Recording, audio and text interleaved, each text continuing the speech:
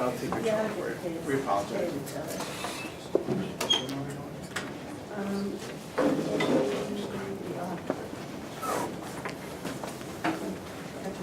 Violin. Probably need that. Probably need a violin.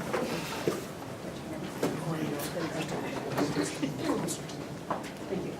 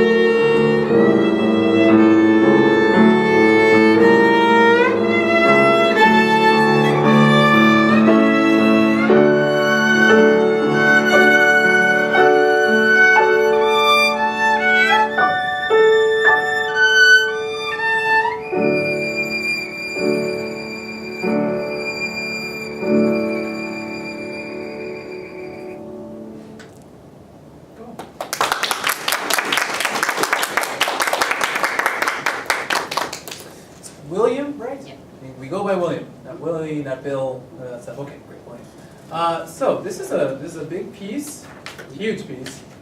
Did you pick it? Did you pick it? How did you come to be with this piece? Well, originally I picked we played the first movement that I picked, and then we moved into the other movements.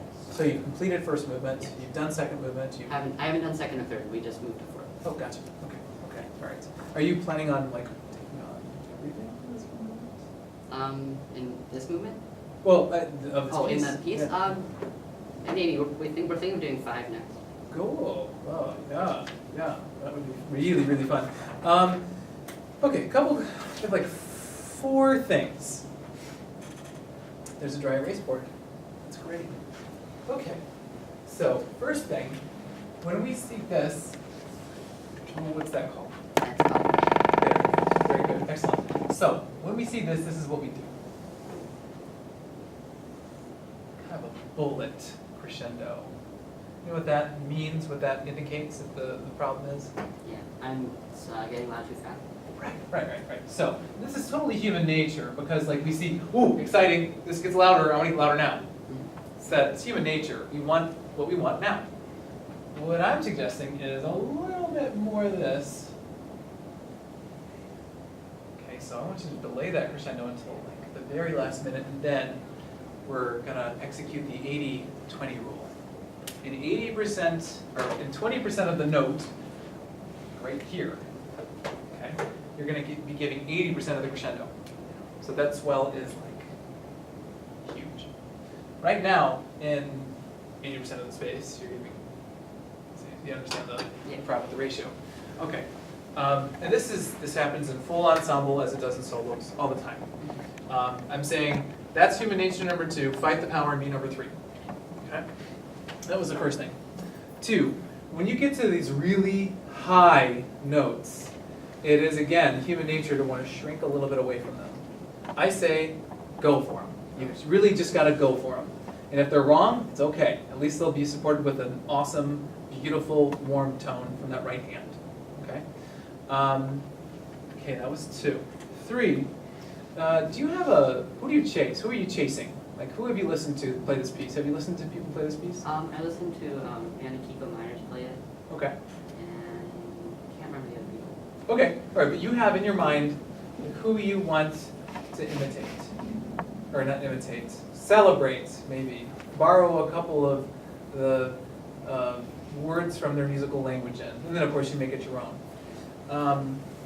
When they play these, like, fortissimo sections, appassionato, passionately and as loudly as you can, I guarantee you're getting something out of their instrument. That's up, do you know who Itzhak Perlman is? He had a word for it. Sounds like a bad word. He called it zhit. So that's what happens when the instrument is vibrating so much that you're getting this like, almost, like, there's no word for it, it's just zhit. So we gotta get like more of a zhitty sound on those fortissimo appassionato. And that's gonna be using that marcato stroke. This gets me to my last comment. That stroke, that weight, that intensity, that zhit is not possible unless it's supported with a strong right hand. Okay? Has your teacher talked to you about your thumb? Yeah. What did your teacher tell you about your thumb? On my bow hand? Yeah. Well, I mean, I know that sometimes I make it a little flat, but By sometimes, do you mean throughout the entire piece? yeah. Yeah. So I saw this and I was like, man, look at that, like, awesome left hand, that really beautiful vibrato, really elegant right hand too, but there's no strength. The reason why there's no strength is because there's none of this. Well, that's going to give you all the ability to apply all of the weight of your arm and just rest it into the string. And then it's going to make those sections like not something you have to work so hard on. It's just something that naturally happens. And right now you're fighting the natural shape of your hand. Like if you just relax your hand naturally, it has a natural curve to it. Okay. Now, anytime anything's like this, we're not doing what our hand wants to do. So you're fighting against that a little bit here. Curve that thumb, and you're going to give yourself a really, really good, rich, thick, awesome sound.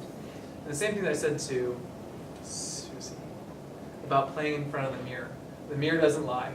So just watch that right hand, and maybe even just open both strokes. Because the left hand's doing its job. It's beautiful. You've got this really great vibrato. The right hand, by and large, is doing its job too. It's covering all the right real estate. I just need a little bit more shit. Okay? And that's going to make a big difference in your sound.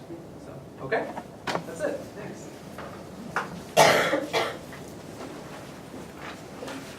Grand finale.